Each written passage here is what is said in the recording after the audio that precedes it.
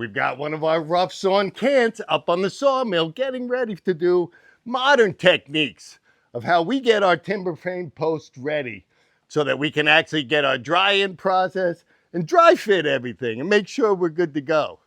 We're going to show you how quick and easy and how much more work you get out of your sawmill than just cutting the lumber for this thing. My mark.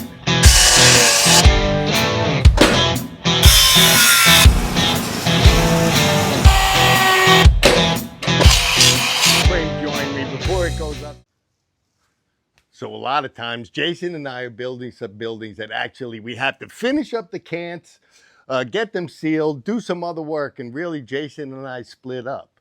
And right now he's up on the table finishing the first section. And what I'm doing is I'm going to be getting all of the posts ready for the next section. While he's doing his work, I'm down here solo milling, and I'm actually going to get all the joinery that we need. And the good part about timber framing is, you know, I need 8. I think I need 10 of the exact same cut. So I actually just do it in repetition. He stacks me up with wood. I get after it. Now you have a sawmill. A lot of guys have this sawmill so far down on the ground, the only thing you could actually do is cut logs. If you look at any timber framing scenario that anybody has, they probably have sawhorses or a timber frame sawhorse, because that's what everybody starts with. And then you're moving. We're working outside. The ground is unlevel. This sawmill, for me, gives me a perfect place for me to work by myself and finish one of these cants. And it's actually going to do a little bit more than you actually think. So actually, you got some of your boards. Here's our can. And I just threw this up here. And if you look, our sawmill is actually perfectly level. We know that because we saw wood all the time. So you can actually put your cant up here. You can see as if it dried. Did it bow a little? Is there something wrong with this? This actually one is sitting pretty darn good, where I wouldn't have to worry that this post has a bow, at least in this direction. I mean, then for me to work alone, it's pretty simple. I mean, I keep showing you how we do it with logs. So really, I'm just going to come down here. We're going to want to check to see if the other side, do we have a bow? Is there something different going on there? So I don't have to worry about using a cant, breaking my back. I just take my beams.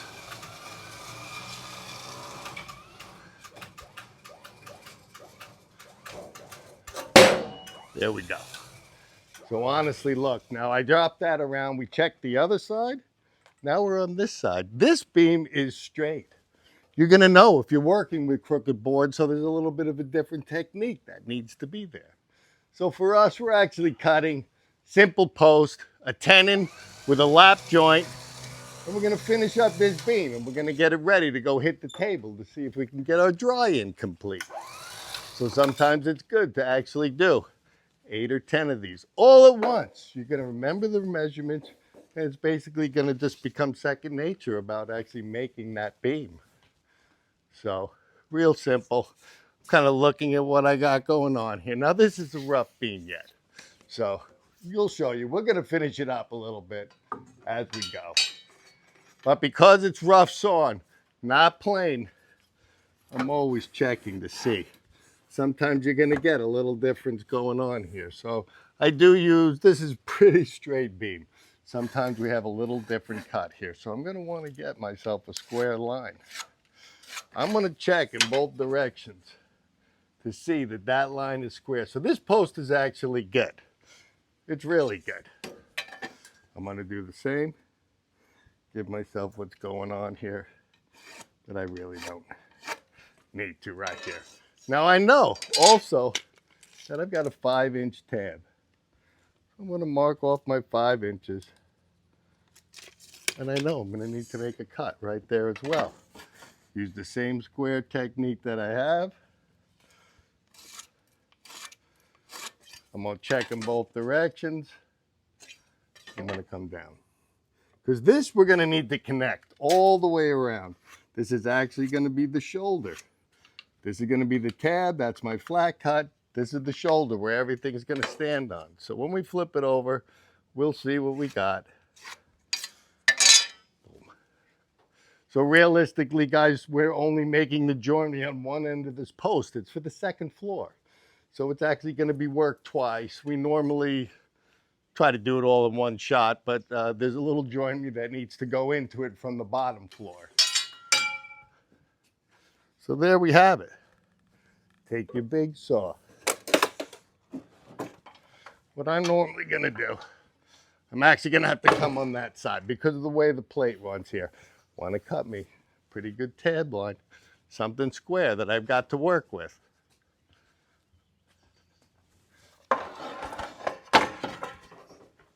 Little cord issue there, Jay. Yeah, sorry, I think that we're was good me. though. So I'm going to just make my first cut.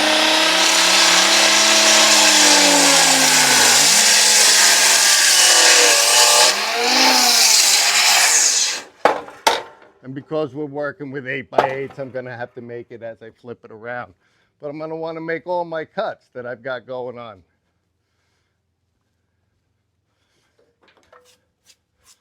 So there we go. What I'd have to do here, now I know this should be an 8x8. Let me check on the nose. I know I'm 3 inches. So I'm going to gauge my saw to the 3 inches.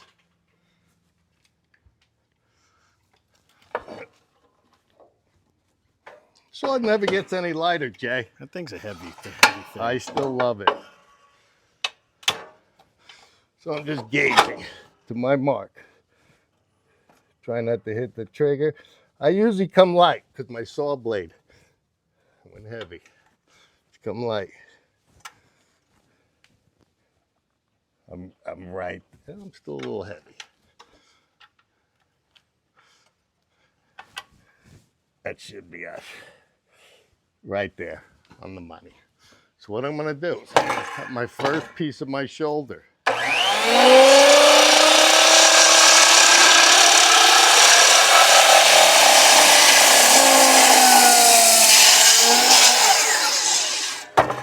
There we go.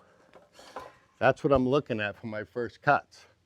Now you noticed I'm sitting here, I'm up against the rack. Nothing's moving on me. I'm not even fenced in with my dogs. So really, because I've been doing this all week long, I pretty much know what the cuts are going on here. Sometimes you need to look at your plan. Remember, if you get too fast, you cut the joinery backwards, yeah, you're gonna be cutting again. Way it goes. You're gonna repurpose it somewhere. So me, I'm actually gonna put my post up a little bit higher so it doesn't mess with the corner I got going on here.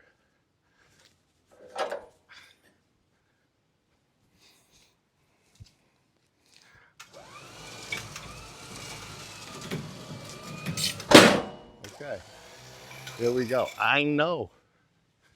I just know from being here. Little piece right here. I need to take. This is where my 10-inch lap is going to be. So I'm laying out my lap as I come along. Grabbing my square, Jay. Grab it. And I'm always checking with a big square.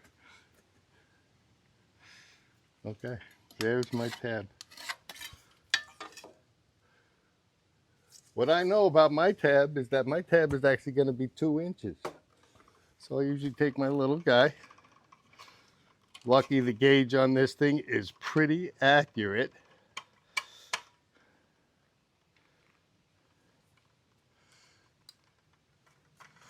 And I'm going to actually make the cut.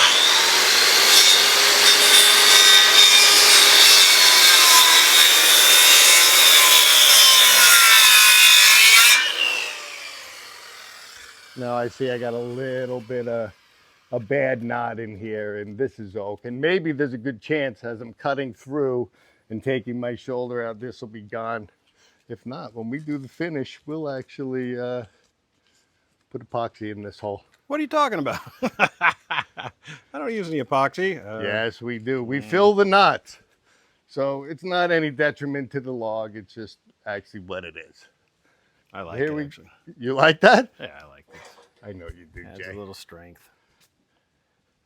So I'm really now making again, flipping my logs. See if I got enough room. I do.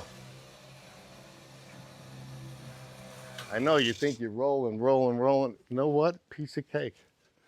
Who doesn't like a winch button, Jay? The winch is a little easier on the back. I'm gonna be honest with you. It's a. I get to work alone. That strap is probably the hardest thing I'm gonna have to deal with. Yeah, you get it worked out though. I know. There we go. I know. I still need my square because I've got to get my finish cut here from the front. Let's measure off from the back and we'll go around. We'll see how well we did. There's my tab cuts. There we are, center math. So I'm running that center line right across. I'm done. I'm going to do the same right here for my tab. So I know I still got a tab to make. Very close there, Jay.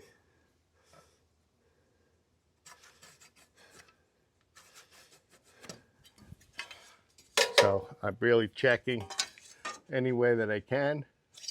Is my beam running square all the way? We are pretty darn square, my friend. Yep, we're inside on the cut. Now I know my saw is still set for 3 inches, which is for my tab cut. See how close we get, Jay.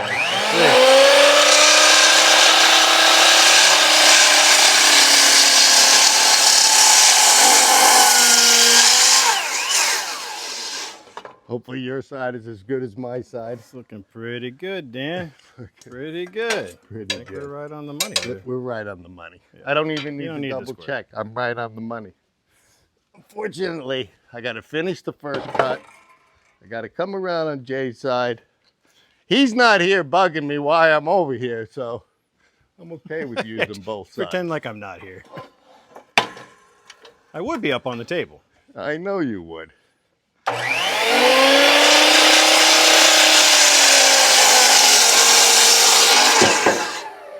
we go. There's my end cut. I normally get to get most of my cuts done on that side, just if the beam is short. So it adds. So I've left myself a 2-inch tenon, as you guys can see right here. Here we go. Put on one. We are perfect 2-inch tenon. So realistically, I'm going to start up my saw, Jay. All right. We're going to get this thing done. You got some tension on it? I do have tension on it. All right. I've been tense all morning. Yeah, you've been all right. Let's be honest. Come on now. I was tense all morning. All right.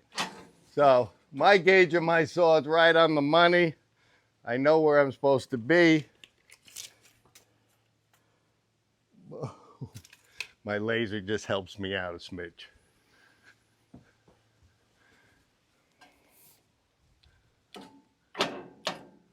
Those little half jargons, Jay. I don't think we warmed her up. Nope. Probably. There you go.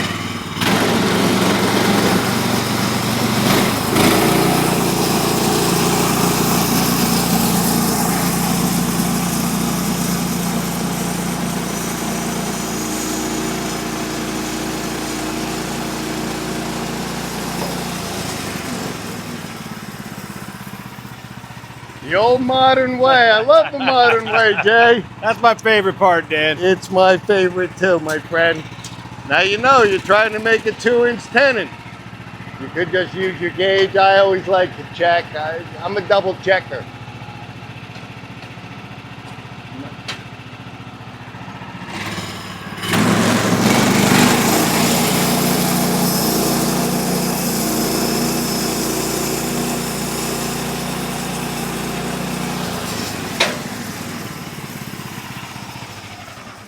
Simple and easy, fellas. Beautiful. You got to know your saw. I mean, look, I don't even have to chisel any of this. That's the beautiful part about this. We have perfect 2 inches, and this is going to be a perfect tenon. Now, what I need to do is get back and actually get my lap tab cut and then finish off the tabs. Clear off the end, and this baby's gonna be ready for the table for a little dry fitting action. I'm gonna roll this backwards since I don't have to hit it 3 times. These little guys, this winch. I can't say enough about having mechanics help you out with this. Might take a second longer. Your back will love it. That's oak too. That's oak. So it's really, I don't want to say this is not light, Jay. And we have no slipping on the bunks either, so that's working really well. We have nothing. I know that I want a perfect 6 inches. I just double checked if you guys didn't notice, but I know my saw. I know my saw. We've spent enough time with it, Dan. We do. We keep them tuned. I didn't want to join the post cutters club.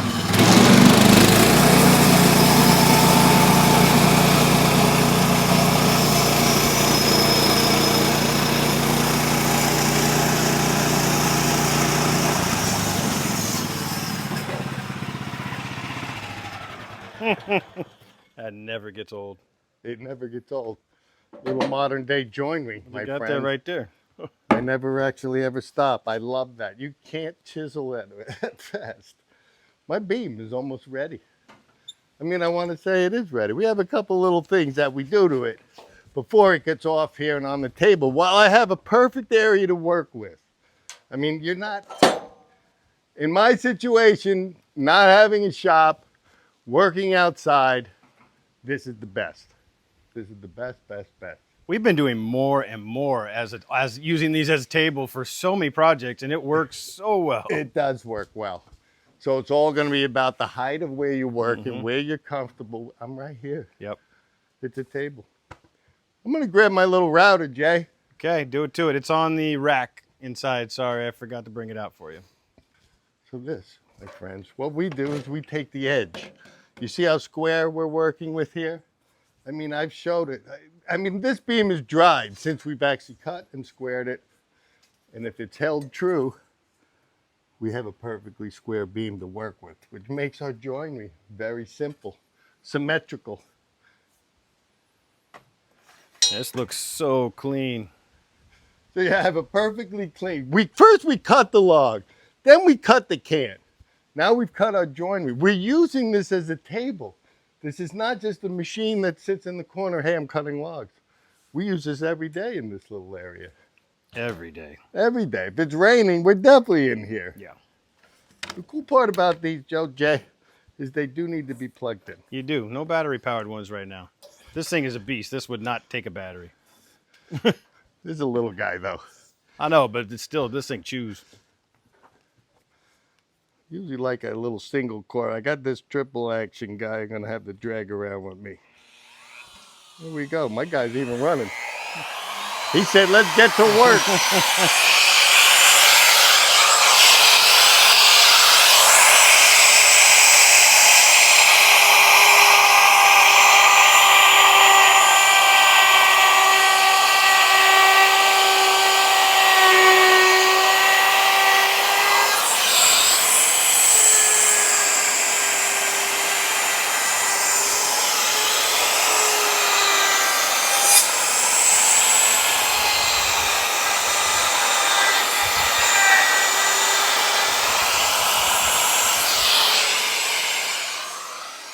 Tell me, guys, are you going to be able to do that faster on a saw? I mean, then you got to ask your buddy, hey, help me flip this because now I'm finishing it. But look, what we just did, that little bit, look how clean that beam is.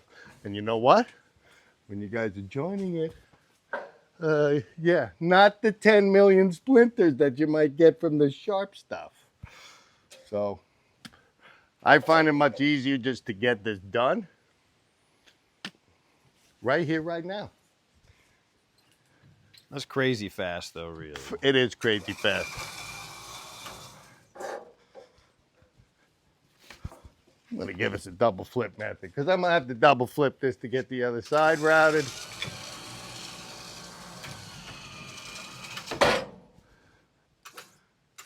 What are we on? What are we on? There we go.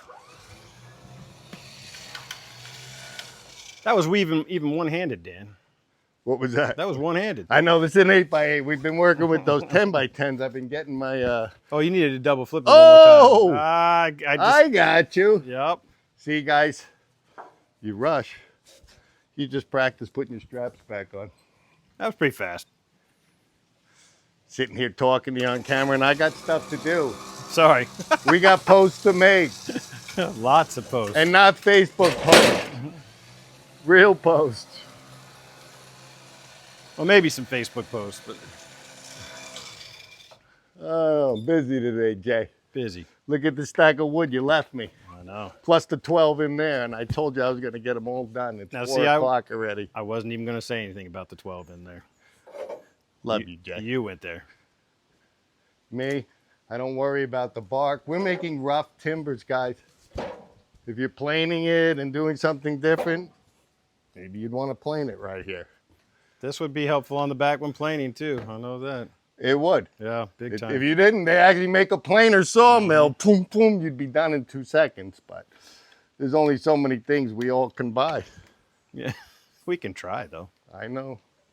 I've been trying. I told you my wife's got me on a strict tool budget. Yep, I'm plugging back in, guys. You're taking the whole journey with me. That's it. I'm going to get my other side.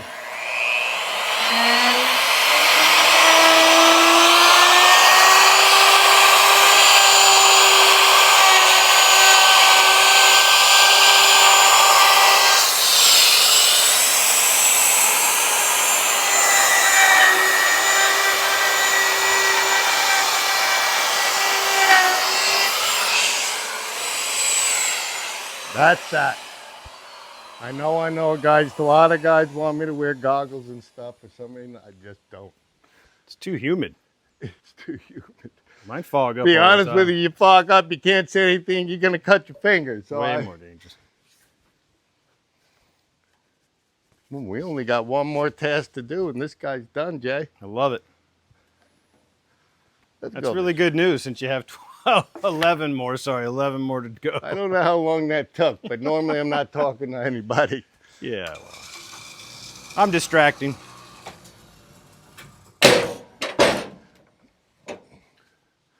We go. I'm in place. Now for us, we know our tenon's good. Only little thing I've got to get is my grinder action here. Talk about this as one of the tools that you need to get. Easy change right here in the field. I only have one. Would be nice to have two. That might be a problem in the sawdust, Jay. It's right there. You do have, it's like dropping your stuff in the snow. It's gone. It's gone. I got to run a metal detector through here and get some of my gear back. I think there are some things down there. There's things down there. Definitely. Last step, my friends. We came ill prepared for this video because, as you know, every cord has a knot in it. I bundled that up for the other thing. Sorry. Just happened to be making beams today. You're keeping your sunny disposition though, so that's good. If you're using a chain mortiser like we do, the actual you need. Well, you don't need to. If you don't want to chisel out your pockets, what we do is we just make a round right here. Now, in the past, we've showed you where you can use a jigsaw and get this done, but we found this ridiculous grinding wheel that was meant to maybe shape logs for the shape of your butt, something like that. I bought it for Jay so he could relax. And I said, let's put this thing to work. I'm gonna make some dog sculptures. It's quick.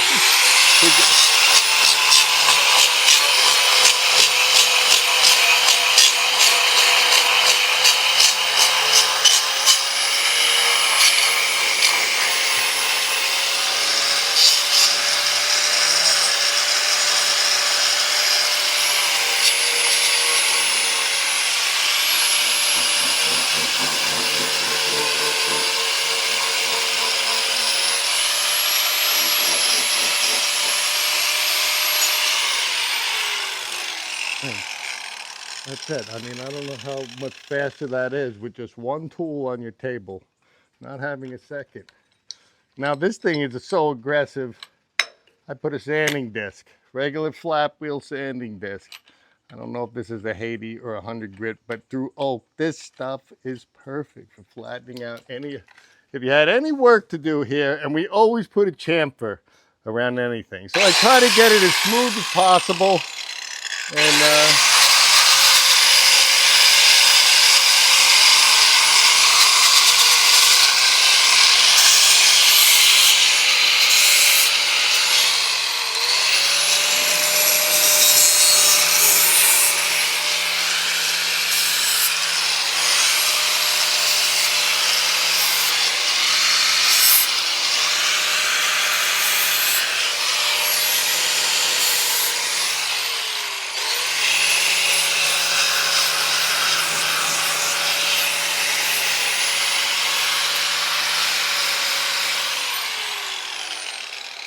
there you go. That tab is ready. I mean, don't tell me that you can get that done that quick, that nice with a chisel. I mean, I love this joint the way it came out, Jay. I love it. I even love the new tool I bought you. Yep, I'll absolutely. get you something else for your birthday because that's mine again. Thanks. That's okay. I understand. So there we go. This one's ready to go.